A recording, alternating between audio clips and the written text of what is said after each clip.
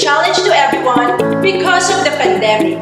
However, the Department of Education continues to find ways on how to make learning accessible and attainable. We at Tuliao National High School make sure that in the modular distance learning, our students are equipped with the most essential learning competencies. The teachers, parents, and the community through our stakeholders and local government worked hand in hand in extending our share for our students to overcome the challenges in learning brought by the pandemic. So together, as this year's theme, Strengthening Quality Education Amid COVID-19 Pandemic, we present to you the 2021 Moving Up and Recognition Ceremonies.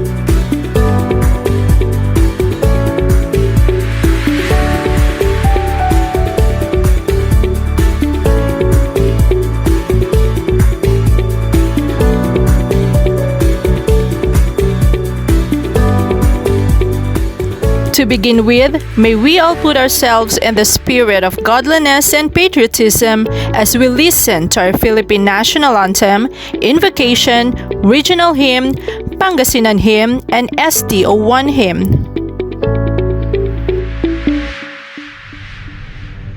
Mga kababayan, ang pambansang awit ng Pilipinas.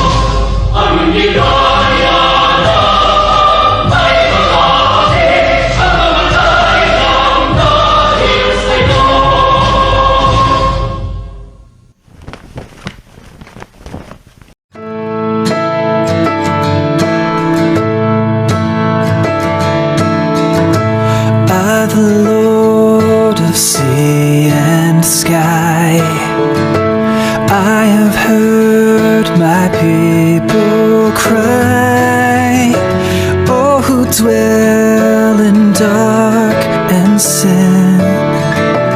My hand will save. I who made the stars of night, I will make their darkness bright.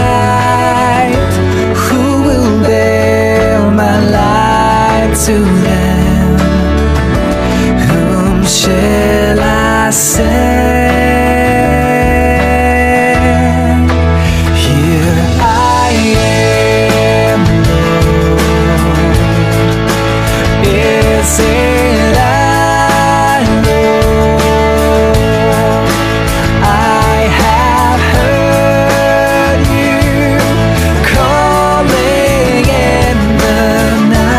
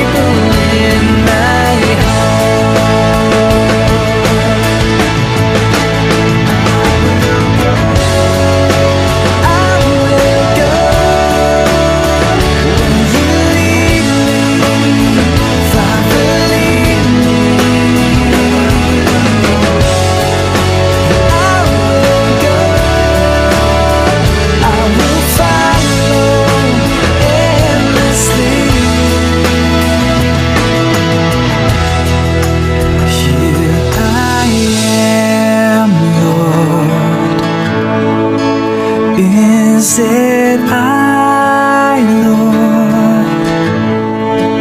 I have heard you calling in the night.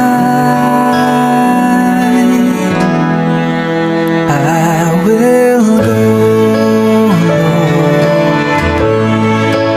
if you lead me. I will hold your people in my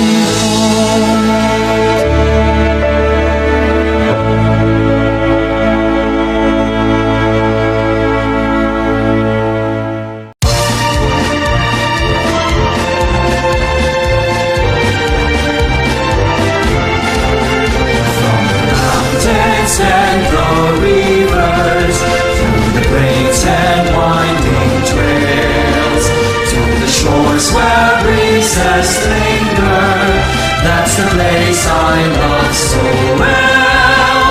It's the home of men who love her, men who died to keep us free, men who told all bad the weather, that we want will never be.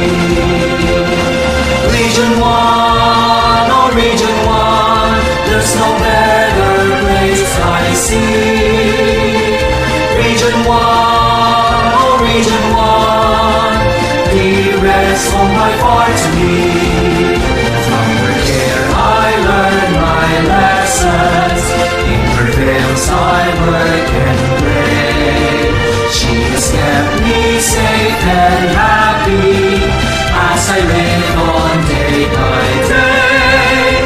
Though to other lands I wander, as I search for wealth and fame, in my heart I will remember Region 1, beloved name.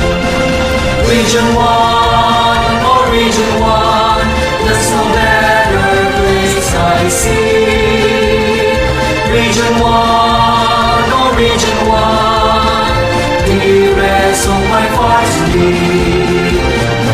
Other lands I wander, as I search for wealth and fame. In my heart I will remember Region 1, beloved name. Region 1!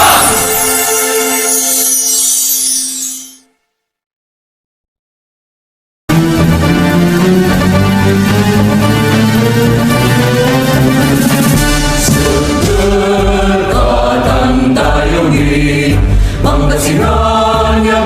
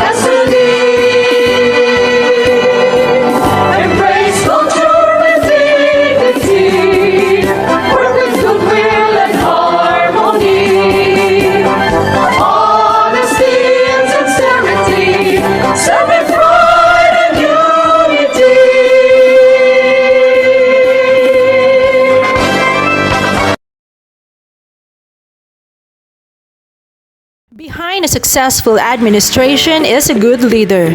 And to formally open today's event, let us hear his words of welcome and message.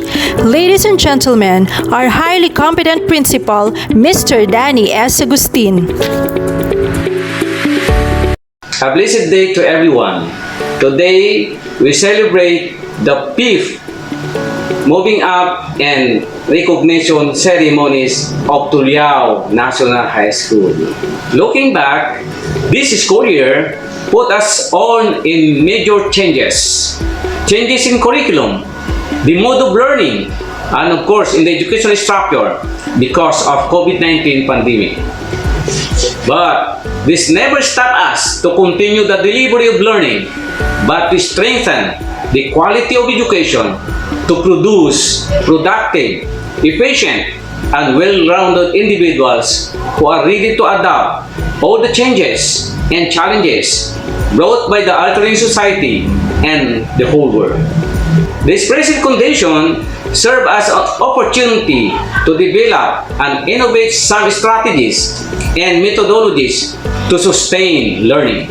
As an affirmation that learning must continue amidst combating COVID-19, adaptation of the new mode of learning as it attributes to the holistic development of learning. Certainly, there is a great challenge for the graduates when they step out and be in the next edge of your life, for they shall carry not only the torch of education, but resiliency, adaptability, and some universal values as they carve their own places of their chosen career. It is my strong apprehension that our dear graduates had prepared and geared up for the challenges brought about by the pandemic. I am also sure that the educational experiences you gained during this health crisis impose a great impact on your struggle for a better life and have a great mind that would love our nation to progress. After all, this is what real essence of education in this present condition, to strengthen education as to embrace change and eventually opportunities, and it will exist for a greater outcome of life. My heartfelt congratulations to you and to your parents for your undying love and support as you continue developing your talents, skills, and capabilities for the innovation of the true essence of life. Likewise, my commendations to all the faculty members and staff of Tuliao National High School for taking important role to our learning life, for developing, refining, and nurturing them. To our dear completers, I leave you with these words. Education will always be your priceless weapon you could have in this world. So never stop learning as you continue to soar high, aim high to reach the peak of success. Again, congratulations and mabuhay. Ladies and gentlemen, our DepEd Secretary, Dr. Leonor Magtolis Briones. Good day to each and everyone who is attending virtually present at this time of our graduation ceremonies for our beloved and very precious graduates for the school year which ends at this time. First of all, I'd like to greet the parents and family members without whose sacrifices, whose reminders, and whose participation in the learning process for our graduates have resulted in this culmination program. This year, your role has changed drastically, where we've always believed that the matter of educating our children rests nearly exclusively on our teachers and our staff. This time, you parents you family members, you who are in the households of our learners, have expanded your role and contributed to this wonderful day wherein finally our learners are graduating in this culmination exercise. So congratulations, because this year has not been very easy, has not been a picnic for our teachers, for our family members as well, especially the parents, mothers, fathers, sisters, brothers, and all who have contributed to the achievement of our learners at this time. So, maraming salamat at congratulations, parents and family members. Mas malaki ang role ninyo at this time compared to earlier graduation exercises. Secondly, I would also like to greet our teachers, without whose very careful review and careful supervision of the work of our pupils and our learners, this event would not be taking place at all. And so thank you, teachers. Your role has also expanded, in addition to seeing to it that the modules are faithfully followed, the assignments are correctly implemented, and the learners are truly learning. And you have had to deal with new ways of assessing the performance also of the learners. So congratulations, teachers, for enduring, for your patience, for your love for our learners, and your willingness to engage in a way and methods of teaching which are different from those which are used to. Assessment must have been especially difficult for you, especially since you were not able to see most of the time our students in face-to-face meetings, and most of the meetings, of course, were virtual. We'd also like to thank the local government units for their interest, for their cooperation, and for their continuing contributions to the needs of education, even as our children do not go to school. Your donations of material as well as financial resources at this time are most welcome, and your advice has been taken seriously not only by our teachers, by our school officials, but also by our officials in the Department of Education.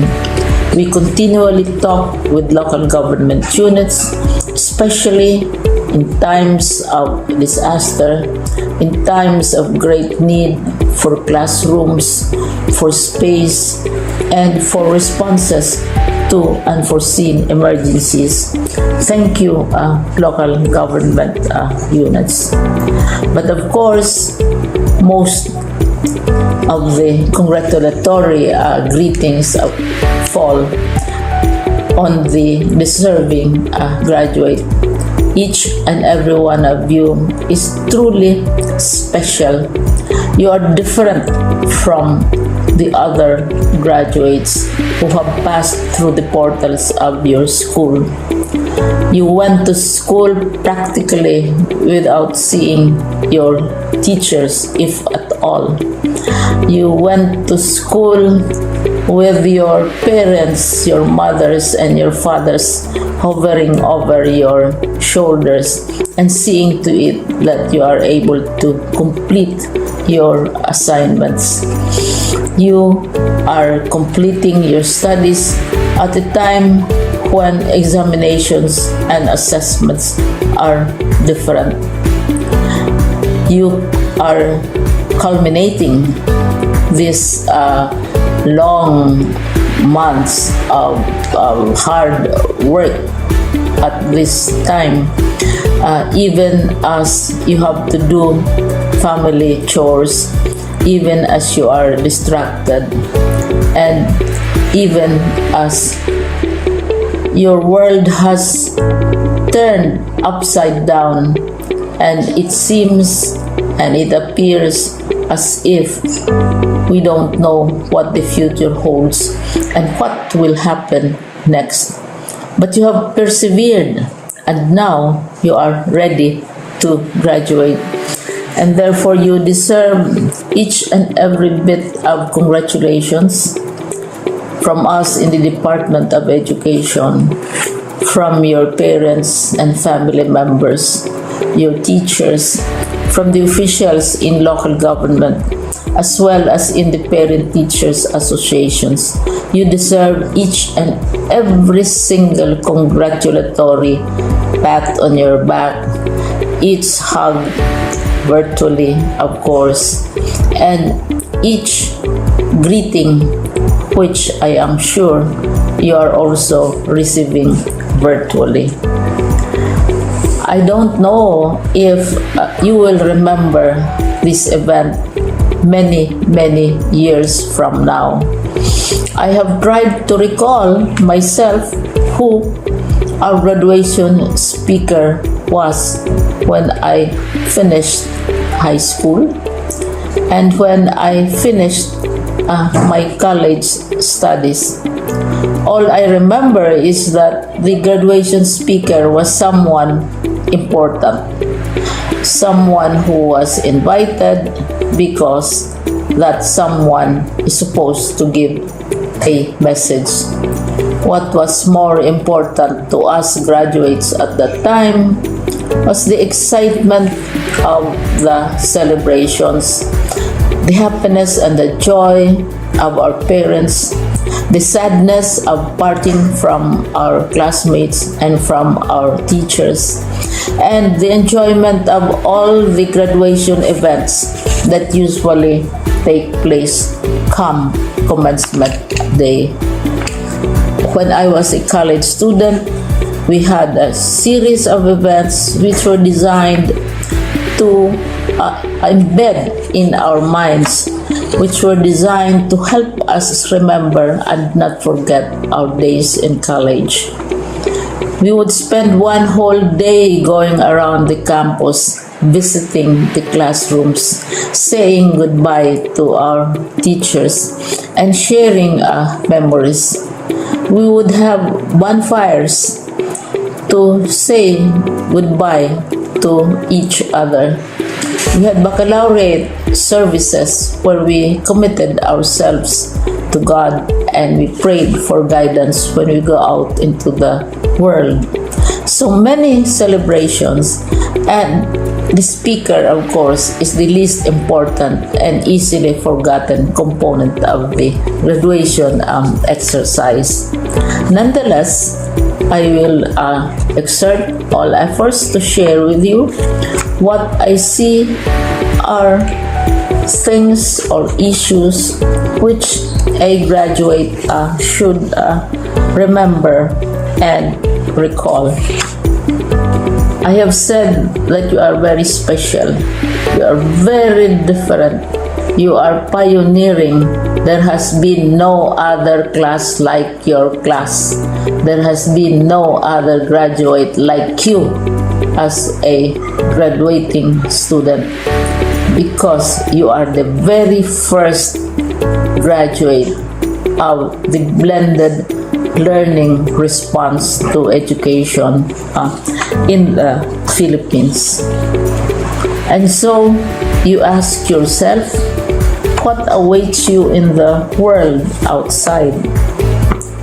You can either work, because the kind of curriculum you survive and underwent as a student will enable you to go to work if you wish to go to work. Some of you will proceed to further studies, And this would be a wonderful thing because there are many opportunities for further expanding your knowledge, for further answering and looking for explanations of issues, events that make you curious, especially in science, in technology, and also in the arts. So you can work, you can go to further studies, and perhaps some of you will settle down, hopefully not too soon, so you can pursue what you really want to do. So today, this is why we call this exercise a commencement exercise. It's not the end of our studies. It's not the end of all our efforts with blended learning, with modules, with floods, with earthquakes, and of course with COVID. It's a commencement of doors opening to you. More doors will be opened because you are a graduate. You can work, you can proceed for further studies, you can help your parents, and you can perhaps look for opportunities to do what you have always wanted to do, whether at work, whether at advanced studies, whether at learning more in science, in technology, in mathematics, and in the arts. All of these opportunities are available to you. More doors are being opened. I hope you will select the door which arouses your curiosity, the door which will help you know more about this world, and the door which will allow you to contribute to the development of our country and contribute whatever we can to solve our problems and our challenges. Congratulations once more to each and every one of you.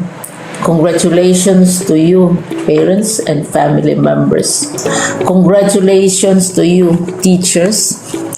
When I was chair of the board of Silliman University, each time we had graduation ceremonies, during the baccalaureate and during commencement itself, I would cry. I would cry because you are sending out into the world a new batch of graduates, and we want to be sure that what is awaiting them is appropriate. We want to be sure that they are ready for what awaits them when they select which door to open. And so we tell you, go out to the world, do whatever you want to do. God be with you, and be assured that all of us love each and every one of you. Congratulations.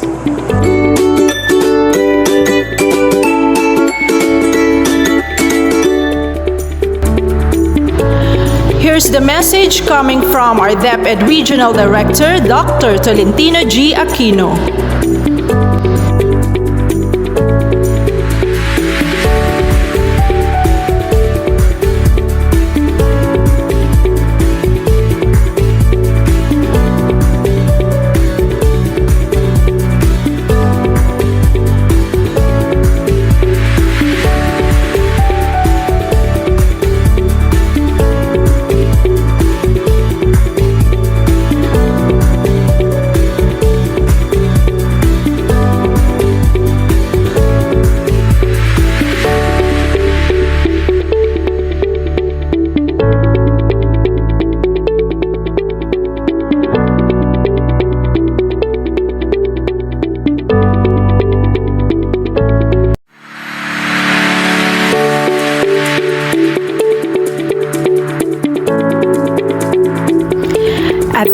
point, our school's division superintendent officer in charge will give her very special message.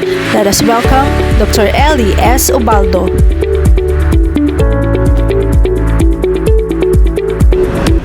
Isang mapagpalang araw sa inyong lahat. Lubos ang aking kagalakan na makapagbigay ng mensahe sa inyo, mahal naming mga magulang, guro, punong guro, at higit sa lahat sa inyo, ating mga completers at graduates mula sa kindergarten, grade 6, grade 10, grade 12, at sa ating learners from the alternative learning system na pumasa sa portfolio assessment. Ang tema ng ating end of school year rights ay kalidad ng edukasyon lalong patatagin sa gitna ng pandemya.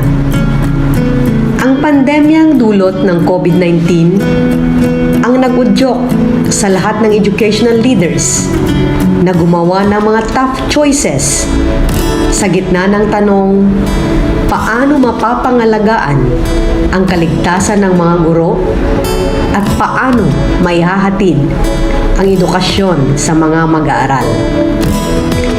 Ayon nga kay Secretary Briones, education must continue even in times of crisis.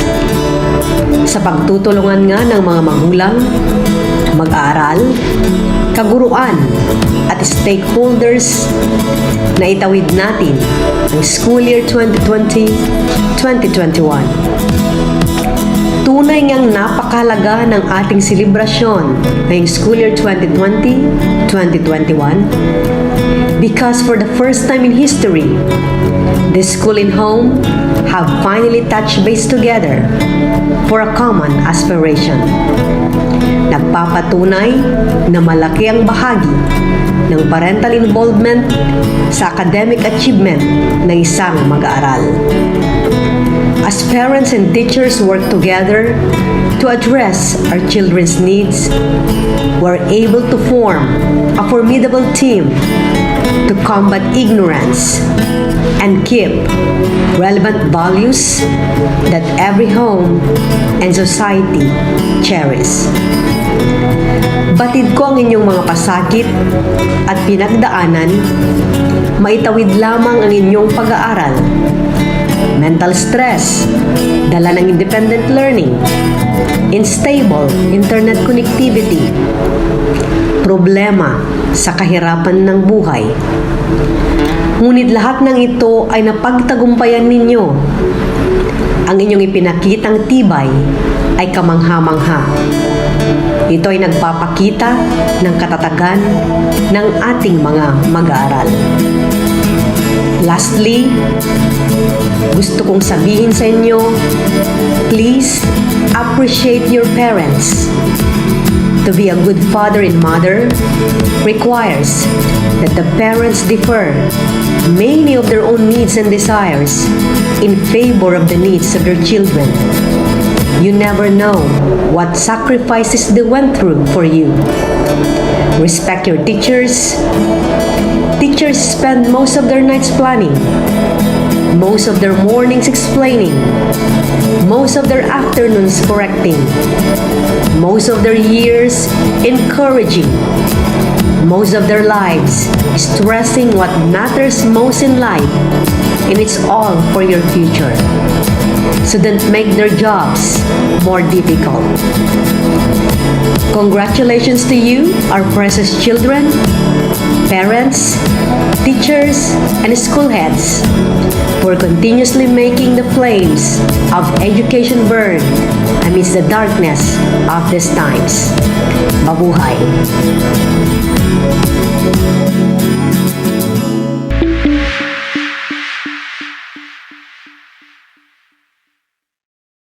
We will now proceed to the presentation of the junior high school completers by their respective advisors.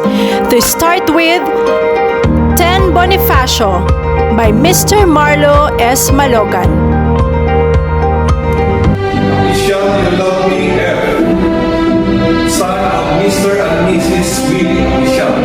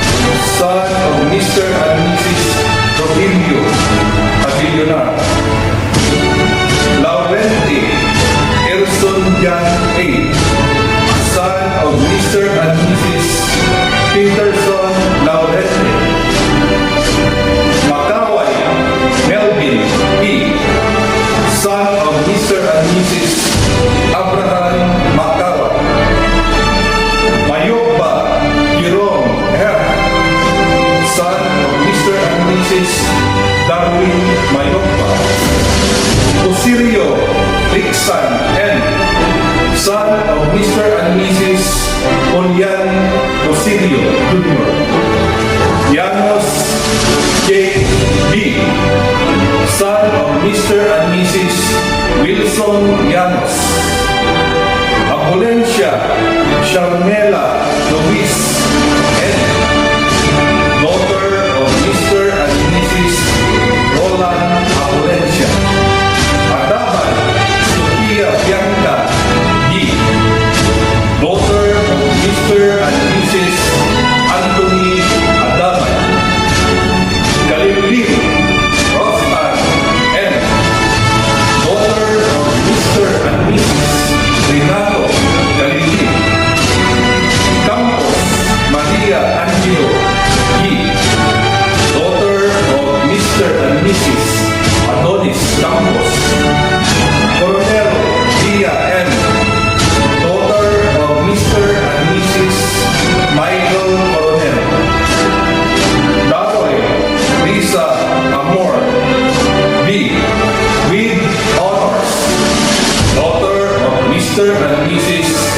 Amor Solo Dam. De Leon Maria Alba Q., daughter of Mr. and Mrs. Alberto De Leon Jr.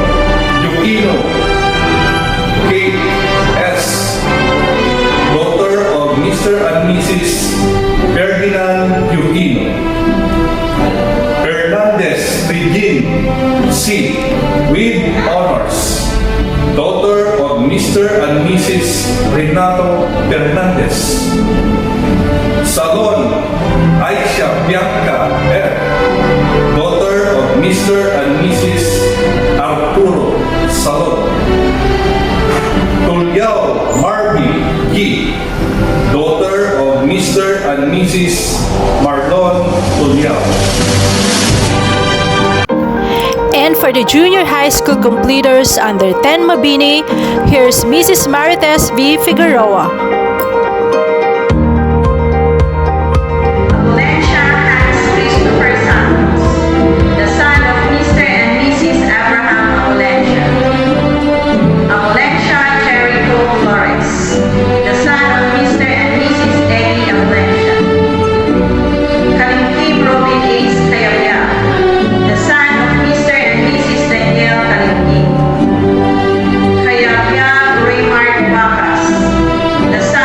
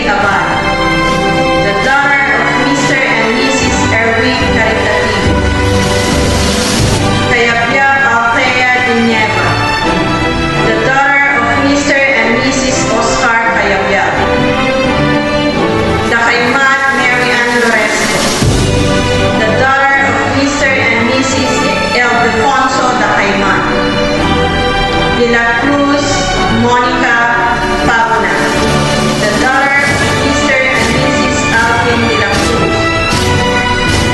Fernandez Ishmael Parayo, the daughter of Mr. and Mrs. Edward Fernandez. Fernandez Jewel Ashley Fernandez, the daughter of Mr. and Mrs. Jessie Fernandez. Gallardo Jenny, the daughter of Mr. and Mrs. Nico Crisostom. Garcia Jubel Rintoya, the daughter of Mr. and Mrs. Bobby Garcia. Jimenez Ana Katrina Tayabia, the daughter of Mr. and Mrs. Bert Jimenez.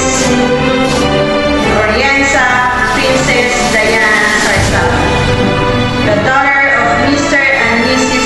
Freddie Orienza. Barajas Alexa Javier, the daughter of Mr. and Mrs. Tito Barajas. Paraino Roxanne Aves, the daughter of Mr. and Mrs. Roy Paraino. Cirantes Nicole Barquilla, the daughter of Mrs. Elisa Cirantes. And for the junior high school completers under 10 Rizal, here's Mrs. Rizalie R. Bautista.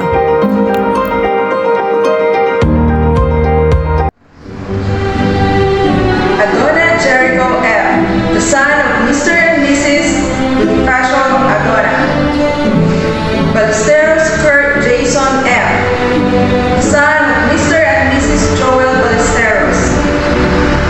Basilio Prince Richard V., the son of Mr. and Mrs. Melencio Basilio. Bernardino Mark Junel L., the son of Mr. and Mrs. Leopoldo Bernardino Jr. Blanco J.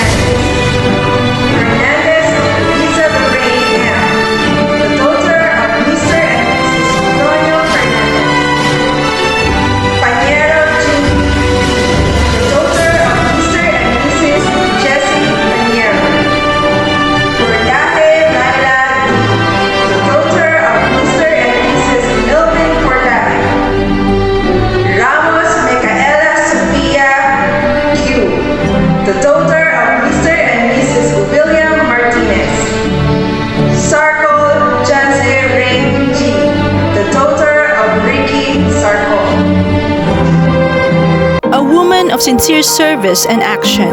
Here's our head teacher 3, Mrs. Rebecca R. Cerezo, for the closing remarks. To close this ceremony, I would like to take this last opportunity to say on behalf of the faculty, staff, and administration of Tuliao National High School, congratulations to the completers and to their parents. I commend you in reaching what you have achieved today, in spite of the hardship and difficulties you have been through even during this time of pandemic. As our theme says, strengthen the quality of education amid the COVID-19 pandemic.